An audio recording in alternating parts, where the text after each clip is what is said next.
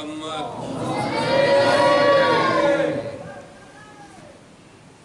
Assalamualaikum warahmatullahi wabarakatuh. Waalaikumsalam.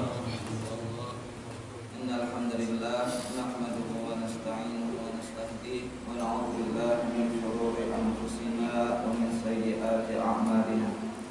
May yahdihillahu fala mudilla lahu wa may yudlil fala hadiya lahu.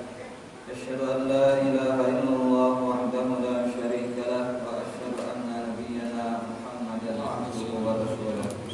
Allahumma shalli wa sallim wa barik ala sayyidina Muhammad wa ala alihi wa sahbihi ajma'in. Amma ba'du, qala Allah ta'ala fi kitabihil karim, a'udzu billahi minasy syaithanir rajim. Laqad kana lakum fi Rasulillahi uswatun hasanatun liman kana yarjullaha wal yawmal akhir wa dzakara Allaha katsiran. Wa qala an-nabiy sallallahu alaihi wasallam, la yu'minu ahadukum hatta akuna ahabba ilaihi min walidihi wa waladihi wan nasi ajma'in. Amma ba'du, para hadirin yang dirahmati Allah Subhanahu wa taala, bapak-bapak, ibu-ibu, hadirin hadirat, ketua masyarakat, guru-guru agama yang muliakan dan hormati pada para hadirin.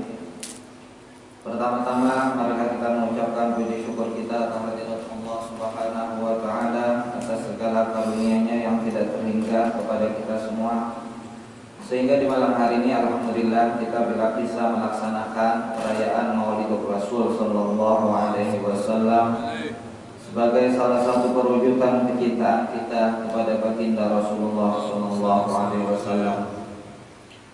Pada malam hari ini insyaallah kita ulun akan membacakan sekilas atau menceritakan sekilas tentang Rasulullah sallallahu alaihi wasallam dari awal sampai di mana sampainya. Tapi sebelumnya ulun ingin menceritakan ada dua kejadian berbeda yang pernah terjadi pada dua makhluk Allah, itu aja mungkin bahasanya. Yaitu ketika Rasulullah SAW pernah ulun kisahkan beberapa kali kisah ini, tapi relevan artinya pas dalam kondisi sekarang ulun mengisahkan kembali. Yaitu ketika Rasulullah SAW mengirimkan surat kepada dua raja atau raja-raja yang ada di sekitar semenanjung Arab.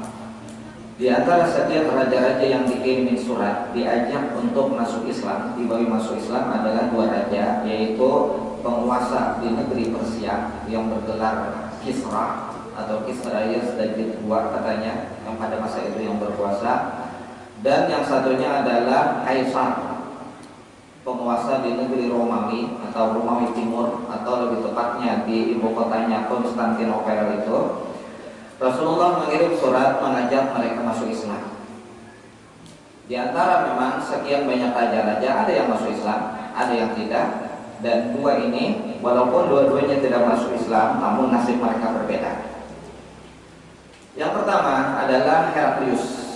Kisahnya cukup panjang, diceritakan oleh Imam Al-Bukhari dalam Sahihnya, hadis ke-7, panjang kisahnya. Yang intinya adalah sebelum datangnya surat Rasulullah SAW tersebut, ini sudah ada dugaan, itulah, karena dia seorang Nasrani, Kristen maksudnya, dan ahli bidang Injil, tahu tentang tanda-tanda kelahiran Nabi akhir zaman, sudah tahunya.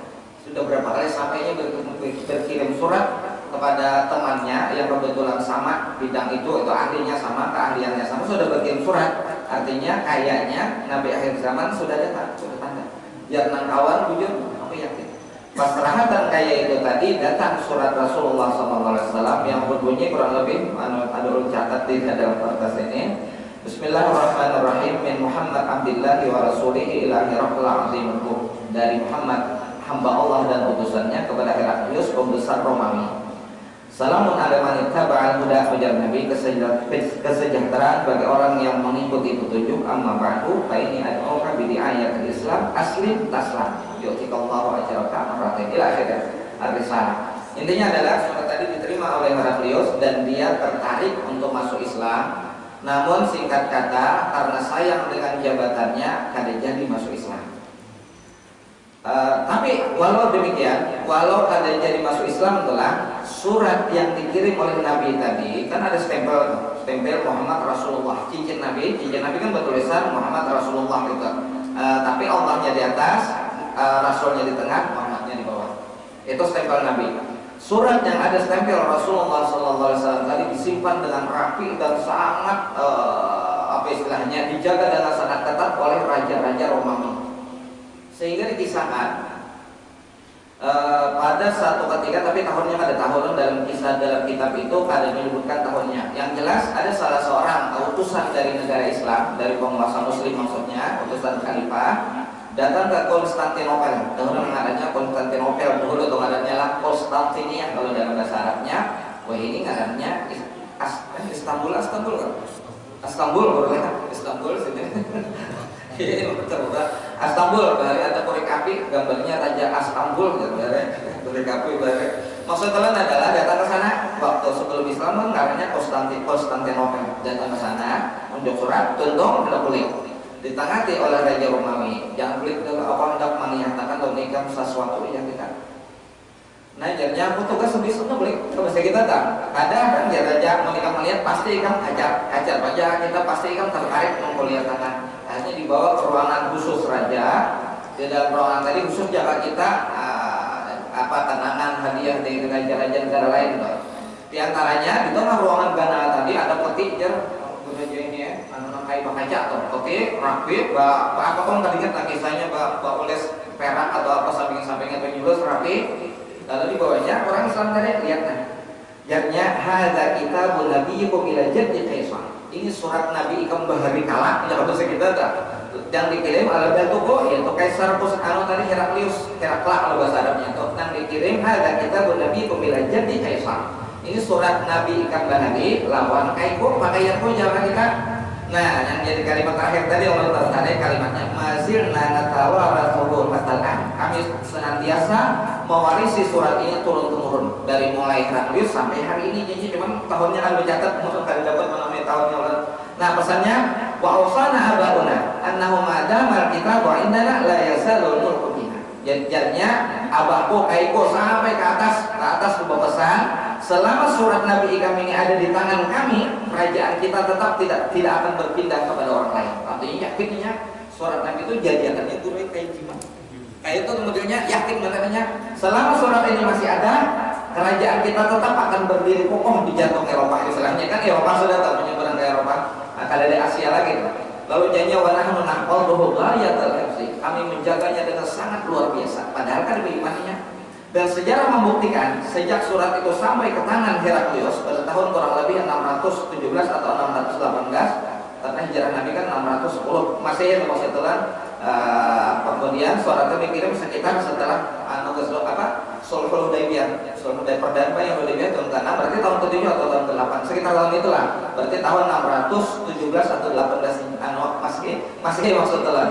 Kerajaan Konstantinopel atau Romawi Timur tadi baru runtuh dikalahkan oleh Muhammad Sultan Muhammad Al-Fatih dari Turki itu dari Kesultanan Turki Utsmani itu pada tahun 1453. Artinya kerajaannya bertahan di jantung Eropa itu sebagai negara kuat lebih dari 800 tahun sejak surat itu diterima dari Rasulullah SAW. Yang empat pasukan Islam tuh hendak menguasai Konstantinopel itu ada kurang pada 20 kali mengepung itu ada apa? Tangguh dulu jimatnya masih ada. Jimatnya masih ada. Ada apa? Sampai pernah adalah sekali Arabnya pasukan Islam mengepung itu 2 tahun. Kotanya tuh dikepung oleh pasukan Islam musim berganti musim panas, musim dingin, musim panas. Kada jatuh tadi baru kan jatuhnya pada Muhammad Al-Fatih tahun itu dari Turki Utsmani. Maksudnya adalah walaupun yang kada beriman, namun yang menghargai, menghormati surat Rasulullah SAW, akhirnya Allah menjaga kerajaan mereka. Walaupun kada beriman adalah kebalikannya. Kisra atau penguasa negeri Persia atau biasa dalam sejarah adanya ujar ngarannya Kisra Yazdajir II. Alam apakah itu atau ini yang jelas Kisra ketika surat itu datang kepada mereka dibawa oleh salah seorang sahabat dari golongannya. Nah, kalau kepada Kaisar tadi katanya Dahiyah Al-Kalbi membawa surat. Dahiyah itu salah seorang sahabat yang melakar rupawannya Jibril datang rancak menyerupai Dahya Al-Karbi itu. Kalau Kisra ingat oleh sebenarnya sahabatnya, intinya ketika sampai surat tadi kepada Kisra, penguasa negeri Persia, Iran ini katanya. Nah, surat tadi dirobek-robek atau dirabit oleh penguasa Persia tadi. Ini kata sampai kabar kepada Nabi, sampai kabar kepada Nabi bahwasanya surat tadi dirabit oleh Raja Kisra tadi atau penguasa Persia tadi. Ujar sahabat yang meriwayatkan Nabi, cuman redaksinya ada di sana, cuman intinya Nabi mendoakan bahwasanya kerajaan karena ayo wada alaihim ayyumazzabu kullu mumazzakin, itu bunyinya dalam Sahih Bukhari itu. Artinya Nabi mendoakan kerajaan mereka itu akan disobek-sobek, ya kita akan hancur, binasa. Dari doa Nabi ini sampai hancurnya kerajaan Persia itu kada sampai 10 tahun, hancur habis.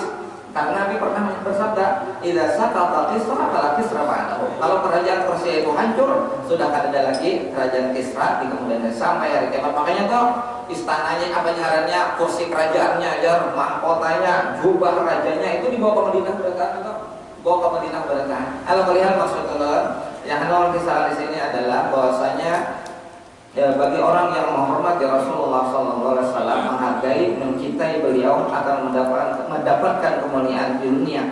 Di dunia paling ada, kalau itu orang kafir pun dimuliakan, di apa istilahnya, dikokohkan kerajaannya. Apalagi kalau seorang Muslim maksudnya itu satu. Kemudian tentu saja yang lebih penting bagi kita adalah karena kita meyakini mencintai Rasulullah SAW adalah kita berharap mendapat syafaat beliau di hari kiamat nanti. Amin Allahumma amin. Adapun yang kedua, sebelum melanjutkan dan cukup, tapi saya cukupnya adalah yang kedua yang harus kisahkan adalah kisah singkat, yaitu ketika terjadinya tapi jika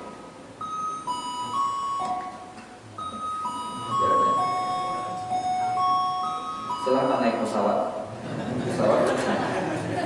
Silahkan naik pesawat. Siapa yang belum naik silahkan naik lewat jendela. Ada kisahan yang kedua adalah ketika terjadi perang Uhud. Perang Uhud mungkin kisahnya panjang, tapi singkat kata yang ingin ulun tekankan adalah ketika terjadi peperangan Uhud adalah lanjutan dari perang Badar. Perang Badar, ketika perang Badar orang kafir Quraisy kalahkan ketika itu. Lalu mereka ingin membalas dendam dengan menyiapkan 3.000 pasukan, 3.000 orang pasukan ketika itu hendak menyerang kota Madinah. Lalu Nabi berunding dengan para sahabat, akhirnya disepakati kata terakhir menghadang mereka di Bukit Uhud atau di dekat Jabal Uhud itu. Di tengah perjalanan, akhirnya terkumpul pasukan sekitar 1.000 orang pasukan dari Madinah. Di tengah perjalanan, ternyata Abdullah bin Ubay bin Salul, Raisul Munafiqin itu, kepala orang-orang munafik yang ada di Madinah, ternyata mutar balik, budikan. Orang hendak tolakan perang, hendak pecah kita, hendak menghadapi musuh. Kalau orang kafir menjaga menyerang, sekalinya tak jalan berikan sekitar 300 itu. Itu pertama lah dari kisah tadi. Kemudian sesampai di Uhud, Nabi berpesan kepada 50 orang pemanah yang dipimpin oleh Abdullah bin Jubair, bukan Zubair lah. Kalau Zubair Abdullah bin Zubair lain nanti. Ini Abdullah bin Jubair Al-Ansari, orang Ansar. 50 orang pemanah tadi dipesani oleh Nabi dengan penekanan sangat luar biasa. Apapun yang terjadi, jangan tinggalkan gunung ini. Ya Jabal Rumat yang biasa dinaiki orang kalau ke Uhud kan. Jabal Rumat karena kita menyebut Jabal Rumat walaupun ngaran aslinya aja lain Jabal Rumat, Jabal Ain kata kita orang ngarannya. Nah pokoknya ada ngaran, tapi sampai ini ngarannya Jabal Rumat gitu aja. Disitulah dulu 50 orang pemanah bertahan di atas menjaga kalau diserang balik dari belakang. Kalau musuh orang kafir Quraisy menyerang pasukan Islam dari belakang, itu dikhawatirkan Nabi paribasanya tuh kami kalah, datang burung pemakan bangkai memahami kami, jangan turun pada gunung, paribasanya aja tuh. Artinya jangan turun pada gunung, apa yang terjadi, kalah kemana nggak apa kah, yaitu sampai kan paribasanya aja Bang, itu artinya matian kami ini dimakani oleh burung pemakan bangkai, itu jangan turun, kan pesan Nabi gitu tuh. Ternyata apa yang terjadi ketika di awal peperangan pasukan Islam menang, gitu, menang dalam arti bendera pasukan musuh itu jatuh, artinya kalah tuh. Bukan orang kafir Quraisy teh. Lalu pasukan sebagian dari pasukan berebut harta rampasan perang. Nang di atas nih tadi kada tahan, melihat orang berebut turun, nanti taati oleh pimpinan, jangan Nabi tadi apa yang bahasa kita tak. Nabi papasan apapun yang terjadi jangan tinggalkan. Gunung ini berbahaya benar bila ditinggalkan. Sekalinya dari 50 tadi, nang masih kebetulan hanya 10 ikung. Nang 40 turun dah. Imbang turun lah barang. Datang Khalid bin Walid dari belakang, naik dengan pasukan berkudanya, pasukan gerak cepatnya. Sampai 10 tadi mati, dapat Khalid bin Walid, lalu pasukan Islam diserang dari belakang. Kisahnya adalah diserang dari belakang. Akhirnya terjadilah kekacauan dalam barisan pasukan Islam. Dan yang paling menyedihkan adalah ketika Rasulullah SAW sudah terjepit ketika itu, kan habis sahabat itu tak ajaib, ada tahu kayak apa kisahnya, kita kan kalau membayangkan lah harus bingung kan. Sampai nang tiga Nabi itu tinggal bersembilan di jalannya habis. Sampai maaf tuh bahasanya sahabat-sahabatnya kan ada perang, kalau kan tahu ya, tak ajaib, kemana-mana tahu, tak kapong udah Nabi tinggal bersembilan mengelilingi. 7 orang Ansar, 2 orang Muhajirin. Muhajirin tadi Sa'ad bin Abi Waqqas dan Talhah bin Ubaidillah, 2 orang sahabat Muhajirin. 2 di antara 10 yang dijamin masuk surga oleh Nabi tadi. Dari 7 orang Ansar tadi itu masa awal tuh kasihan. Kan dipanah orang, ditumbak orang, segala-galanya. Orang mana Nabi dihalangi jalan awak.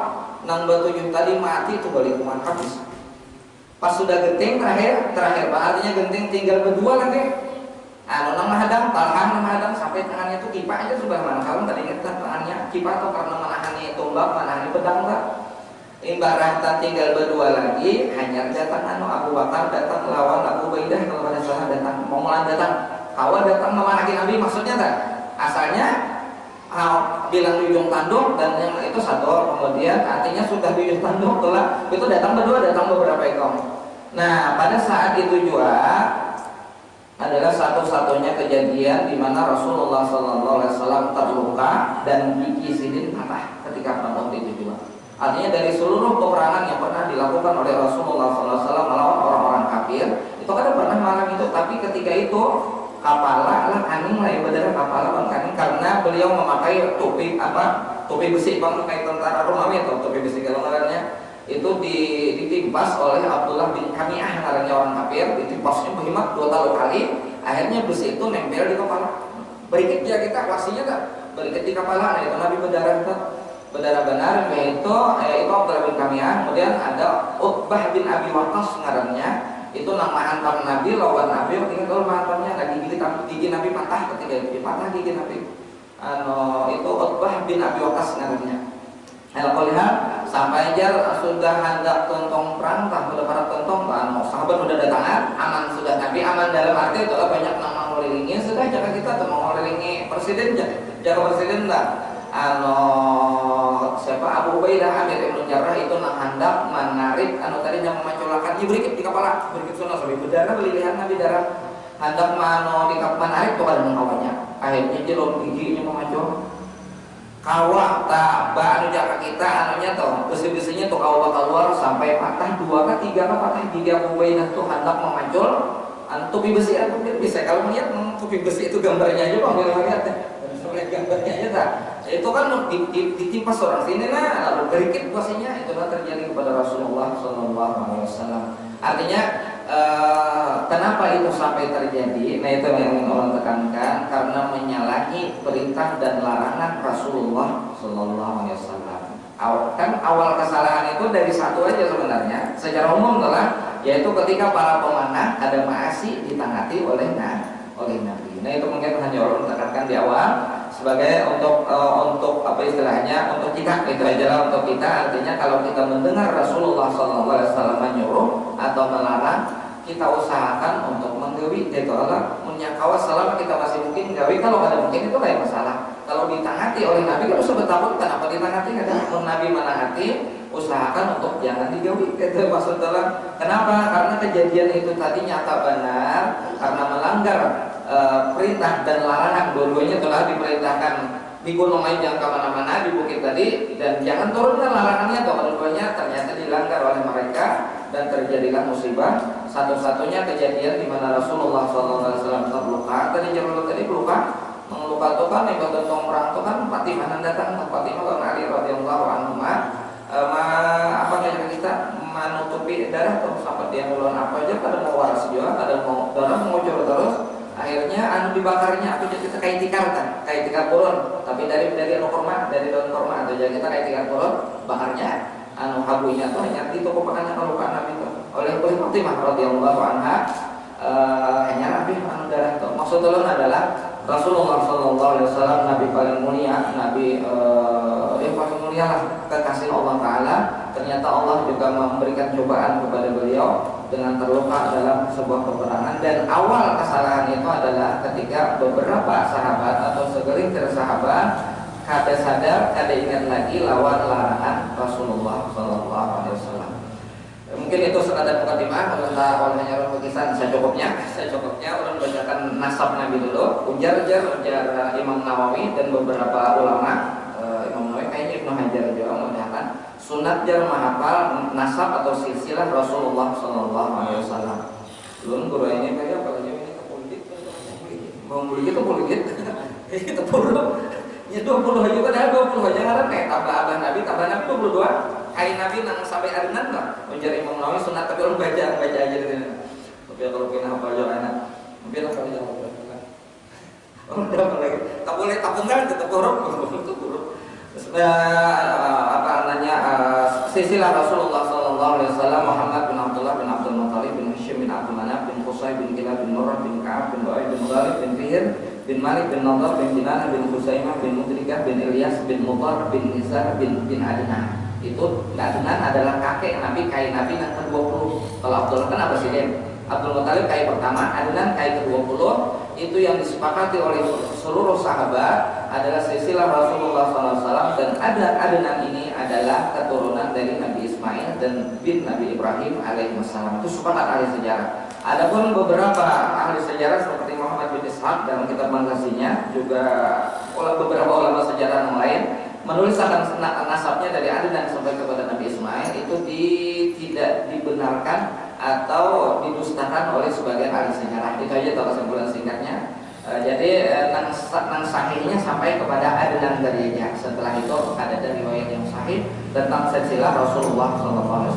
Adapun Ibu Sidin pengarang Aminah binti Wahab bin Abdul Manaf bin Zuhra bin Kilab. Abdul Manaf ini lain Abdul Manaf kain Nabi, lainlah Aminah binti Wahab bin Abdul Manaf bin Zuhra bin Kilab. Nah, Kilab ini adalah kakek Nabi yang kelima. Dari situlah bertemu nasab abah dan Mama Sidin. Mama Sidin dari Bani Zuhra, kalau ibu Abah Sidin dari Bani Hashim, itulah, cuman ketemunya dari kakek mereka yang bernama Kilab tadi.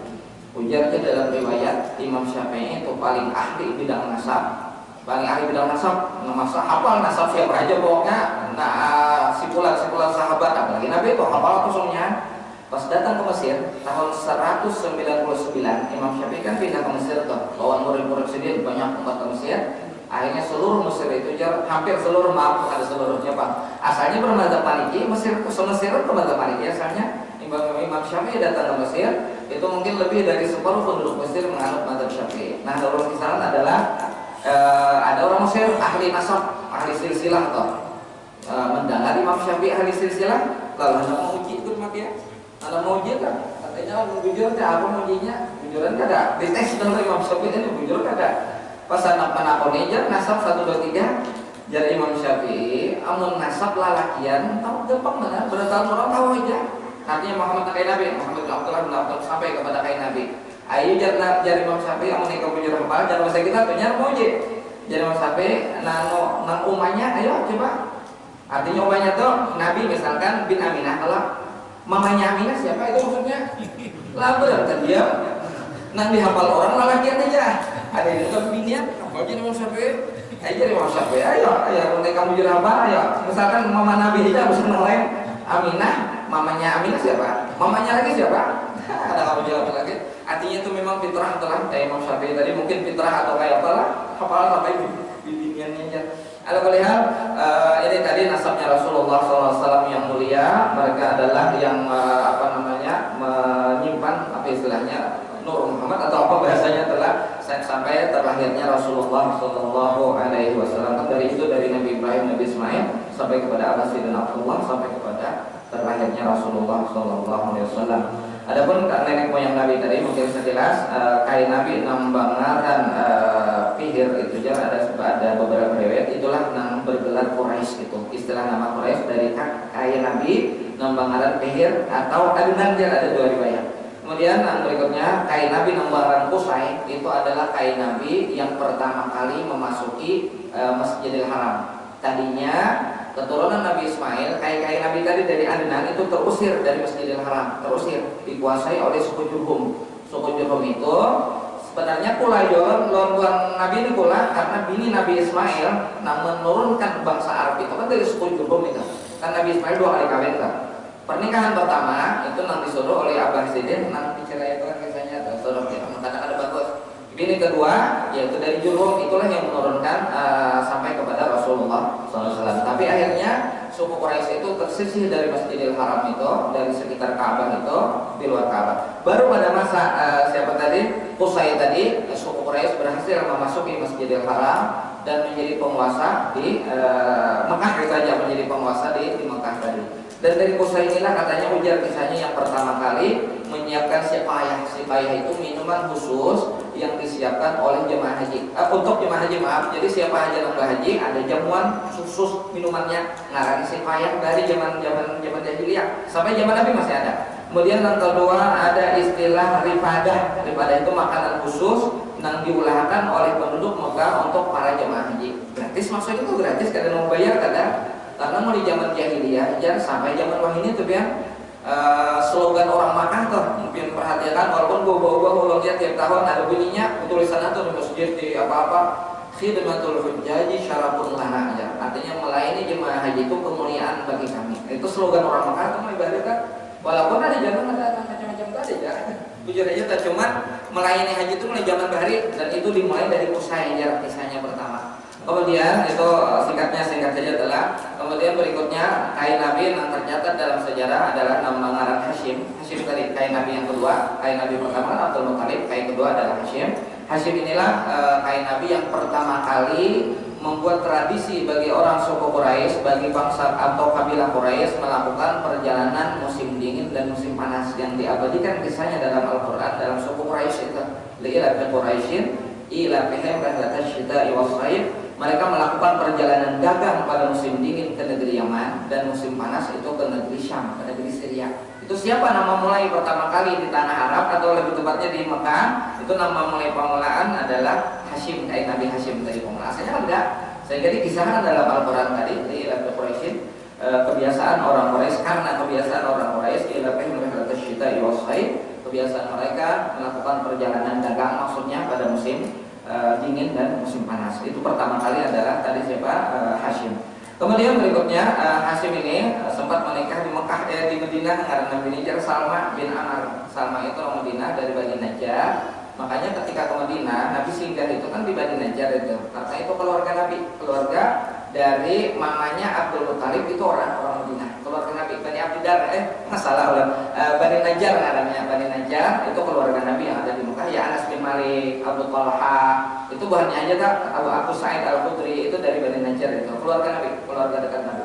Makanya kan ketika Nabi bergundul waktu haji itu bergundul kan Nabi waktu hari ke-10 melontar Jumratul Aqabah umrah aja tak? Itu menyembelih unta, sedin menyembelih seorang sebanyak 63 ekor. Nah itu bergundul sedin. Nah dalam kisah tadi adalah bergundul sebelah kanan itu seluruh rambut sebelah kanan itu diunjuk oleh Abu Talha ya. Abu Talha tadi masih keluarga Nabi. Jadi sekeluargaan Bani Najjar itu dapat rambut Nabi yang mulia tadi menyimpan. Anas bin Malik menyimpan beberapa lembar. Anas bin Malik menyimpan sampai Muhammad bin Sirin muridnya Anas bin Malik sangat bahagia ya masa kita Pak Buruan sebelum meninggal memberi rambut Nabi seperti ini. Luar biasa. Maksudnya adalah kenapa Abu Talha dapat? Itu ulun kadang-kadang mempertanyakan dalam arti lah kenapa sih dia dapat? Tadi yang lain lah. Tapi memang kadang-kadang soal nasibnya bang. Kayak jodoh juga kira-kira tuh. Dasar jodoh kadang-kadang mana aja maka. Ada kemana tak? Yakin aja jar kumbang tak satu, kembang tak setama. Itu jar orang kasih dapatan calon bini calon laki kayak itu. Yakin aja jar maksudnya adalah kebetulan ada di sebelah kanan. Jadi seluruh rambut Nabi itu diunjukkan Abu Talha. Salah satunya kenapa ada kisah itu?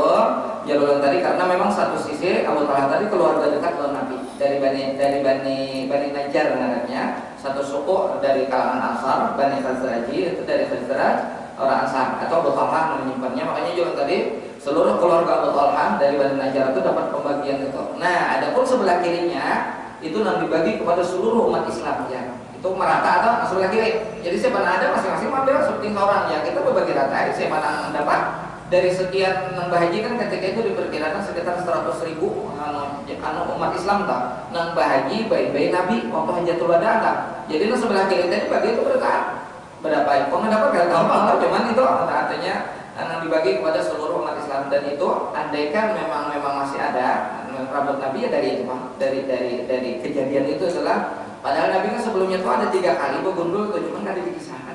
Ada kisahnya adalah, nah ada kisah ketika hajatul wada tadi aja. Nabi ketika Umratul Hudaybiyah tahun ke-6 itu bulan Dzulqa'dah, itu kan Nabi bergundul juga. Tapi kan ada dikisahkan rambut itu ada dikisahnya. Kemudian ketika Umratul Qadha tahun ke-7 bergundul juga Nabi. Kemudian ada ketiga umrah yaitu ketika umrah Ji'aranah haranya tahun ke-8 Hijriah. Ketiga-tiganya bulan Dzulqa'dah, itu Nabi bergundul ketika ada dikisahkan rambut itu. Rambut itu kalau dikisahkan ada satu kisah biar Allah dimana sampai jangan bila asas sadang anak babar satu lagi ada lawan. Jadi Khalid bin Walid dan kisah Khalid bin Walid pula ketika perang Yarmouk itu salah satu peperangan terberat yang dialami oleh pasukan Islam setelah Nabi wafat.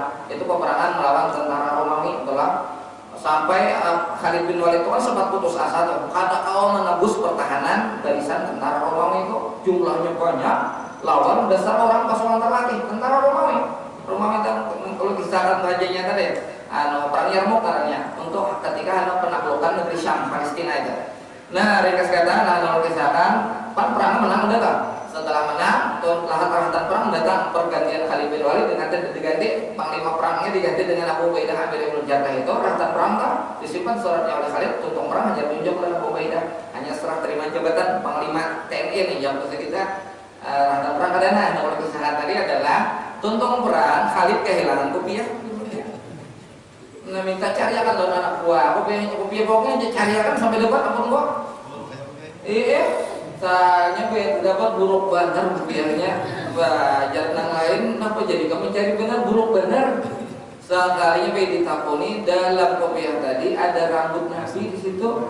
Sekalinya mending manang terus perang tadi bisa kalah bila bakal lahir. Sekalinya ada rambut Nabi di kopiah. Jadi luar biasa adalah berkahnya Nabi hidup dan wafat setelah wafat sidin adalah berkah, apalagi jika ada